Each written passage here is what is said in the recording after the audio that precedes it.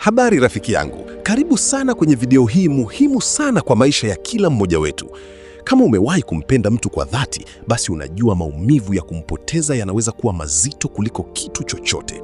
Kuna wakati moyo unahisi kama umevunjika vipande vipande, usingizi unapotea na kila kitu kinakukumbusha kuhusu yeye. Lakini leo niko hapa kukuambia kitu kimoja muhimu: inawezekana kumsahau, inawezekana kupona na inawezekana kupenda tena. Kama upo kwenye hali hii sasa hivi, usijisikie upweke na haupo peke yako. Wengi tumepitia hapo na bado tukaweza kusimama tena. Leo nitakupitisha hatua kwa hatua njia zaidi ya 20 zitakazokusaidia kuanza safari ya kuachilia na kujipenda upya. Hakikisha unaangalia mpaka mwisho kwa sababu kila point ina nguvu yake. Kabla hatujaendelea na video yetu ya leo, fanya kubonyeza neno subscribe, kisha bonyeza alama ya kengele hapo chini. Lakini usisahau kulike na kucomment, utakuwa umetisha zaidi. Namba 1, kubali kuwa imeisha. Hatua ya kwanza kabisa ni kukubali ukweli kuwa uhusiano umefikia mwisho. Usijidanganye kwamba bado kuna nafasi kama hakuna dalili halisi. Kukataa ukweli kuna kuchelewesha kupona na kukuacha kwenye maumivu ya muda mrefu. Unapokubali, unaanza kuipa akili yako ruhusa ya kuachilia. Ni ngumu, lakini ndio mwanzo wa uponyaji. Kumbuka, kukubali si kushindwa, ni ujasiri. Unaposema imeisha, unafungua mlango wa mwanzo mpya. Hii ni hatua ya msingi sana. Namba 2, ruhusu hisia zako zitoke. Usijifanye uko sawa wakati ndani unaumia. Lia kama unahitaji kulia, sema kama unahitaji kusema. Hisia zikifungiwa zinajenga maumivu makubwa zaidi baadaye. Ni kawaida kuhisi huzuni, hasira au hata kuchanganyikiwa. Usijilaumu kwa kuhisi hivyo. Kila mtu ana njia yake ya kupona. Jipe muda wa kupitia hisia zako kwa utulivu. Hii itakusaidia kuondoa mzigo moyoni. Kuachia hisia ni sehemu ya kupona. Namba 3, punguza mawasiliano. Kama bado mnaongea kila siku, itakuwa vigumu kusahau. Jaribu kupunguza mawasiliano au kata kabisa kwa muda. Hii si chuki, ni kujilinda. Kila ujumbe au simu inarudisha hisia zako nyuma. Unahitaji nafasi ya kujitengeneza upya. Hata kama ni ngumu, jizuie. Kumbuka, ukaribu huongeza maumivu, umbali huleta utulivu. Hii ni muhimu sana kwenye hatua za mwanzo. Namba 4, ondoa vitu vinavyokukumbusha yeye.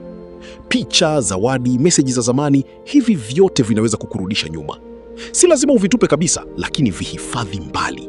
Kila ukiviona vinachochea kumbukumbu na maumivu. Unahitaji mazingira mapya ili akili yako ibadilike. Badilisha hata mpangilio wa chumba chako kama inawezekana. Hii itasaidia kuondoa hisia za zamani. Mazingira yana mchango mkubwa sana kwenye hisia zako. Jipe nafasi ya mwanzo mpya. Namba 5, jishughulishe na mambo mapya. Ukikaa bila shughuli, mawazo yatakurudia yeye tu. Tafuta vitu vipya vya kufanya kama mazoezi, kusoma au kujifunza skill mpya. Hii itakusaidia kugeuza mwelekeo wa akili yako. Unapokuwa bize, unapata muda mdogo wa kufikiria maumivu. Pia inajenga confidence yako. Hii ni nafasi ya kujigundua upya. Jaribu vitu ambavyo hukuwahi kufanya kabla. Utajikuta unabadilika bila hata kutambua. Namba 6, zungumza na mtu unayemwamini. Usikae na maumivu peke yako. Tafuta rafiki au ndugu wa karibu uzungumze naye. Kushare hisia zako kunapunguza uzito wa maumivu. Wakati mwingine unahitaji tu mtu wa kukusikiliza. Hii inakusaidia kuona mambo kwa mtazamo tofauti. Usione aibu kusema unachopitia. Ni hatua ya ujasiri. Msaada wa watu wengine ni muhimu sana. Usijifungie ndani ya moyo wako. Namba 7, jipende mwenyewe.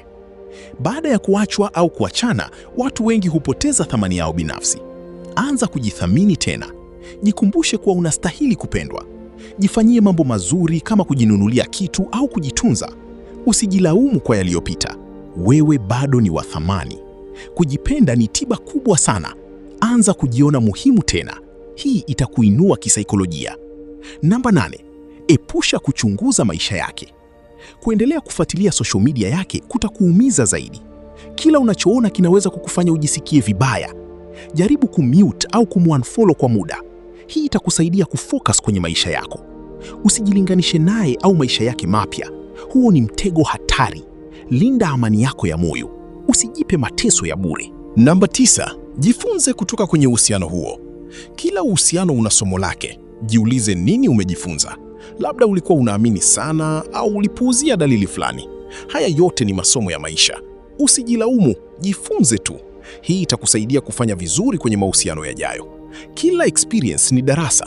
Ukijifunza, unakuwa. Usirudie makosa yale yale. Namba 10, jipe muda. Hakuna anayesahau haraka. Usijilazimishe kupona ndani ya siku chache. Kila mtu ana spidi yake. Jipe muda wa kuzoea hali mpya. Uvumilivu ni muhimu sana. Maumivu yatapungua taratibu. Usikate tamaa. Hata kama leo ni ngumu, kesho itakuwa nafuu kidogo. Endelea kusonga mbele pole pole. Namba 11, epuka kuanza uhusiano mpya haraka. Usikimbilie mtu mwingine ili kuficha maumivu. Hii inaweza kukuumiza zaidi. Unahitaji kupona kwanza. Ukiingia kwenye uhusiano mpya ukiwa bado hujapona, utabeba mizigo ya zamani. Hii inaweza kuharibu hata huo mpya. Jipe muda ujitambue.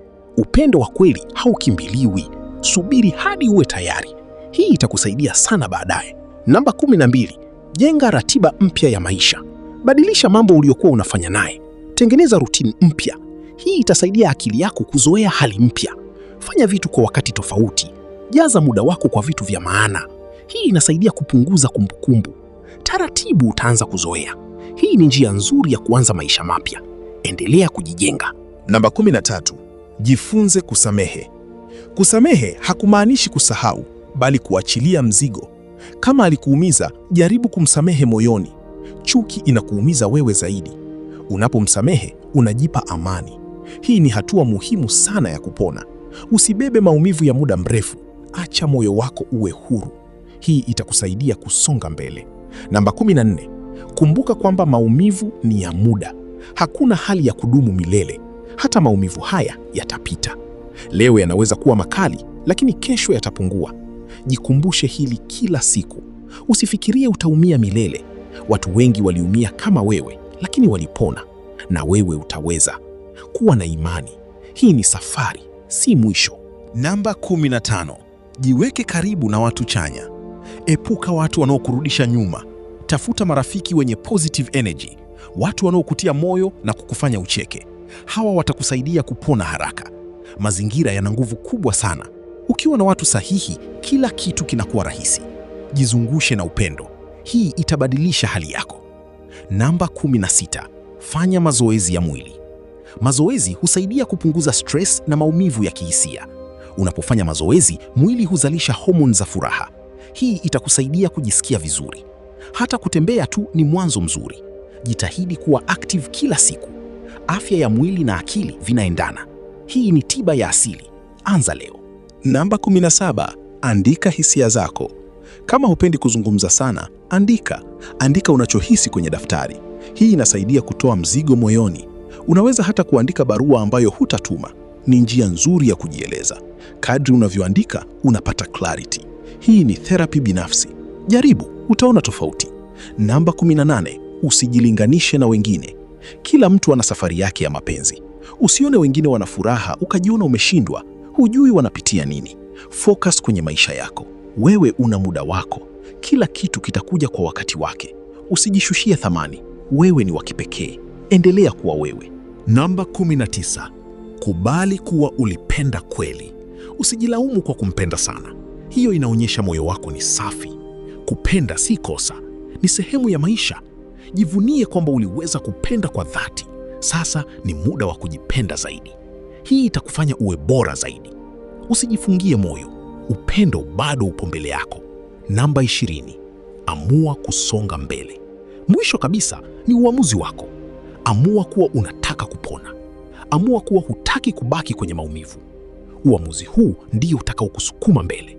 Hakuna mtu atakayekufanyia hii kazi zaidi yako. Simama, jikaze, songa mbele. Maisha yanaendelea na wewe una haki ya kuwa na furaha tena. Hitimisho. Rafiki yangu, kama umefika hapa mpaka mwisho wa video hii, nataka ujue kitu kimoja. Wewe ni mwenye nguvu kuliko unavyofikiria.